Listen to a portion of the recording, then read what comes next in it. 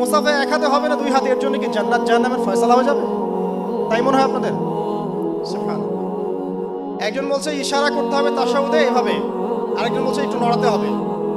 এই মাসআলাটার জন্য কি আপনার জান্নাত জাহান্নামের ফয়সালা হয়ে যাবে মনে হচ্ছে আপনার? অথচ আকীদার ঠিক নাই, এদিকে আমলের ঠিক নাই, অর্থনৈতিক জীবনের ঠিক নাই, মুআমালাতের ঠিক নাই, সম্পত্তির বন্টন মেরাজের ঠিক নাই, এগুলো ঠিক নাই, এবং আল্লাহর জমিন আল্লাহর দ্বীন বাস্তবায়নের কোনো চেষ্টাই নাই, অথচ এগুলো নিয়ে ব্যস্ত হয়ে আছে। আল্লাহ পাক আমাদের বিচক্ষণতা দান করুন, দূরদর্শিতা দান করুন। আমি আসুন, মুসাফা করতে বলেছেন নবীজি, তারপরে বলবেন যে মুরহু, তাকে আদেশ করুন। এখানে আদেশ মানে হচ্ছে অনুরোধ করুন, তাকে আদেশ করুন বা অনুরোধ করুন, আই ইস্তাগফিরুল্লাহ, সে যেন তোমার জন্য ইস্তেগফার করে। কে? যে ব্যক্তি হজ করে এসেছে, হাজি, তাকে সালাম দিবেন, মুসাফা করবেন, দিয়ে বলবেন যে ভাই আপনি আমার জন্য একটু দোয়া করেন। কারণ ফাইন্নাহু মাগফুরুন লাহ, কারণ সে ব্যক্তি একজন ক্ষমাপ্রাপ্ত মানুষ। তবে একটা বিষয়, মানুষের সম্পদ আত্মসাৎ করে সুদের টাকা দিয়ে, ঘুষের টাকা দিয়ে, প্রতারণা, বাটপাড়ি, দুর্নীতির টাকা দিয়ে হজ করতে গিয়ে কতটুকু মাগফুর হয়ে আসা যাবে, এটা একটা প্রশ্নবিদ্ধ বিষয়। তো এই বিষয়গুলোকে ক্লিয়ার করে হজ করতে যাওয়া উচিত। আল্লাহ পাক আমাদেরকে তৌফিক ইনায়াত করুন, আমিন। এই দিনের একটা প্রতিশ্রুতি আছে। এই প্রতিশ্রুতি আয়েশা রাদিয়াল্লাহু আনহা থেকে সহিহ মুসলিমে এসেছে, এবং জাবের রাদিয়াল্লাহু আনহু থেকে ইবনে হিব্বানের 3853 নম্বর হাদিস এসেছে। আল্লাহ রাব্বুল আলামিন এই দিনে হাজীদেরকে দেখে বলেন, যারা আরাফার মাঠে এসেছেন তাদেরকে দেখে বলেন যে আমার এই বান্দারা দূর দূরান্ত থেকে সফর করে এখানে এসেছে, ওদের চেহারাগুলো তাকিয়ে দেখো, ক্লান্ত, ক্লিষ্ট, চুলগুলো এলোমেলো, পরিশ্রান্ত, তারা আমার রহমতের প্রত্যাশী, অথচ তারা কেউ আমার আযাব দেখে নাই। হে ফেরেশতারা, তোমরা সাক্ষী থাকো, আমি তাদের সবাইকে মাফ করব। এবং নবী সাল্লাল্লাহু আলাইহি ওয়াসাল্লাম বলছেন যে আজকের দিনে যত মানুষকে আল্লাহ পাক জাহান্নাম থেকে মুক্তি দিবেন, অন্য কোনো দিনে এত মানুষকে আল্লাহ পাক মুক্তি দিবেন না। আল্লাহ পাক আমাদেরকে সবাইকে জাহান্নাম থেকে মুক্তি দান করুন, আমিন। তো শেষ যে বিষয়টার দিকে টাচ করে আমি কনক্লুশন দিকে যাব, সেটা হলো উম্মতে মুহাম্মাদির জন্য আজকের দিনের মধ্যে স্পেশাল কি বলেন তো? এটা হচ্ছে আমাদের মূল পয়েন্ট। আজকের দিনে ফজিলত জানলাম, আমরা আমলগুলো জানলাম, সব ঠিক আছে, কিন্তু আমাদের জন্য আসলে স্পেশাল কি জিনিস? আমাদের জন্য আজকের দিনের স্পেশাল যে বিষয়, সেটা হলো আজকের দিনে দিন ইসলাম পূর্ণতা লাভ করেছে। ইসলামের পূর্ণতা দিবস আজকে। 23 বছর দিন ইসলাম প্রচার করার পরে আজকের দিন আল্লাহ পাক বলেছেন দিন পূর্ণ করে দিলাম। এরা বলছিলেন যে আজকের দিন এই আয়াতটা যদি আমাদের উপর নাজিল হতো, আমরা তাহলে ঈদ পালন করতাম। নবীজি বললেন এটা আমাদের ঈদের দিনই, এটাও আমাদের ঈদের দিন, সমস্যা। তো আমাদের সবচেয়ে ইম্পর্টেন্ট জায়গা এটা যে আজকের দিনে দিন ইসলাম পূর্ণতা লাভ করেছে। এখন ইসলাম যে পূর্ণতা লাভ করলো, এই দিবসটা কতজন জানে যে আজকের দিন ইসলাম পূর্ণতা লাভের দিন? আমরা অনেক দিবসের কথা জানি, আন্তর্জাতিক দিবস, জাতীয় দিবস, পারিবারিক দিবস, জন্মদিন, মৃত্যুদিন, হ্যাঁ, অনেক দিবসের কথা আমরা জানি। ইসলামের পূর্ণতা দিবস কতদিন জানেন? কতজন জানেন? দেখেন, সাংস্কৃতিক আগ্রাসন কোথায় আপনার মূল জায়গাটা নিয়ে যাওয়া হয়েছে। শেকড় ভুলে গেছে মানুষ। এখন মানুষ শেকড় ভুলে বিদেশিদের সংস্কৃতি লালন করছে, কোনো কোনো ক্ষেত্রে বিদেশি প্রভুদের দাসত্ব করছে। 23 বছর নবী সাল্লাল্লাহু আলাইহি ওয়াসাল্লাম দিনের জন্য অক্লান্ত মেহনত করেছেন। ওয়াহি আসার পর থেকে প্রথম 3 বছর গোপন দাওয়াত দিয়েছেন, একদম গোপনে গোপনে দাওয়াত দিয়েছেন। আবু বকর, ওসমান, ওমর, আলী, এরকম কিছু সাহাবী ইসলাম কবুল করেছেন। আস্তে আস্তে দাওয়াত প্রচার লাভ করেছে। যত প্রসার হয়েছে তত মানুষের অত্যাচার বেড়েছে। এক পর্যায়ে তাকে সাহাবী থেকে আবিসিনায় হিজরত করতে পাঠাতে হয়েছে।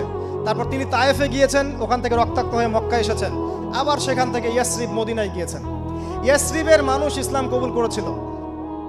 তারা নবী সাল্লাল্লাহু আলাইহি ওয়াসাল্লামকে আশ্রয় দিলেন, সাহাবীদেরকে আশ্রয় দিলেন। নবীজি সেখানে গিয়ে একটা ইসলামিক কমিউনিটি করলেন, মসজিদে নববী করলেন, সেখানে অর্থনীতি স্ট্রং করলেন, সেখানে একটা ইমারা গঠন করলেন, সেখানে একটা জামাআ গঠন হলো। এরপরে যখন মুশরিকরা তাদেরকে আক্রমণ করতে শুরু করলো, তখন বদরের যুদ্ধ হয়ে গেল। তারপর উহুদ, তারপর খন্দক, তারপর আপনার যে হুদাইবিয়া, খাইবার, হতে হতে চলতে থাকলো। এক পর্যায়ে পররাষ্ট্রনীতি অ্যাপ্লাই করলেন।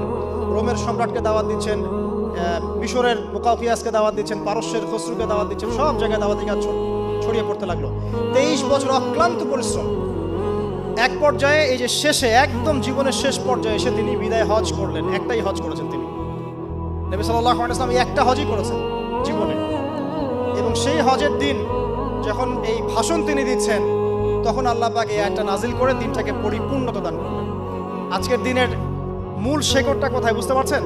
এই 23 বছরের দাওয়াতি জীবনের পরিসমাপ্তি এখানে। আজকের দিনের পরে আসলে পূর্ণাঙ্গ কোনো সূরা নাজিল হয়নি। সর্বশেষ নাজিল হয়েছে সূরা নাসর, ইযা জাআ নাসরুল্লাহি ওয়াল ফাজর। এরপরে বিচ্ছিন্ন দুই একটা আয়াত নাজিল হয়েছে, কিন্তু পূর্ণাঙ্গ আর কোনো সূরা নাজিল হয়নি। আজকের দিনের পর নবী সাল্লাল্লাহু আলাইহি ওয়াসাল্লাম মাত্র 80 বা 83 দিন বেঁচে ছিলেন। সর্বশেষ যে কথাটা আমরা শুনবো এখন সেটা হলো নবী করিম সাল্লাল্লাহু আলাইহি ওয়াসাল্লাম আজকের এই দিনে জনগণকে উদ্দেশ্য করে কিছু কথা বলেছিলেন। এই কথাগুলো বলে তিনি আজকের হজটা শেষ করেছেন। আমরা অনেকেই এই ভাষণটা সম্পর্কে জানি না। আমরা অনেক ভাষণ নিয়ে এখন গর্ব করি। নবী করিম সাল্লাল্লাহু আলাইহি ওয়াসাল্লামের এই যে সর্বশ্রেষ্ঠ ভাষণ, এটা কতজন জানেন? বিদায় হজের ভাষণ। কতজন জানেন বিদায় হজের ভাষণে নবী সাল্লাল্লাহু আলাইহি ওয়াসাল্লাম কি বলেছিলেন উম্মতকে? আমরা একটু আপনাদেরকে শোনাবো, শুনিয়ে ইনশাআল্লাহ লেকচারটা শেষ করব।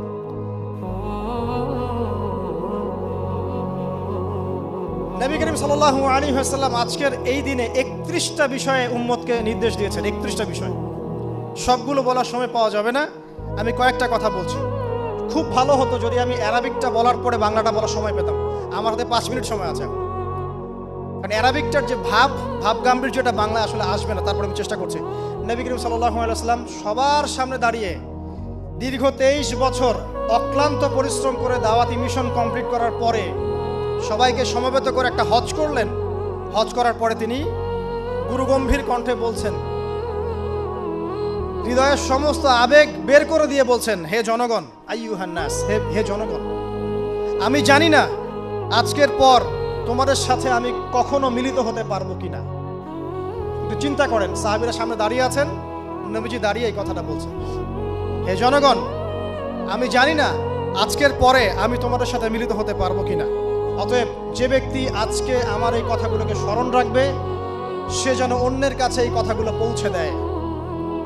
হতে পারে যার কাছে পৌঁছে দেওয়া হচ্ছে সেই এই কথাগুলোকে বেশি সংরক্ষণ করতে পারবে।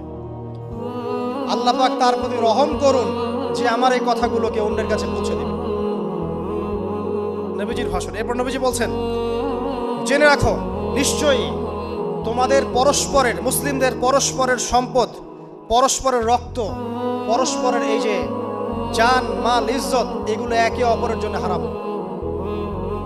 মুসলিমদের পরস্পরের রক্ত, পরস্পরের ইজ্জত সম্মান একে অপরের জন্য হারাম। এর হানি করা একে অপরের জন্য হারাম। ঠিক যেমন আজকের এই দিন হারাম, এই শহর হারাম, এই মাসও হারাম।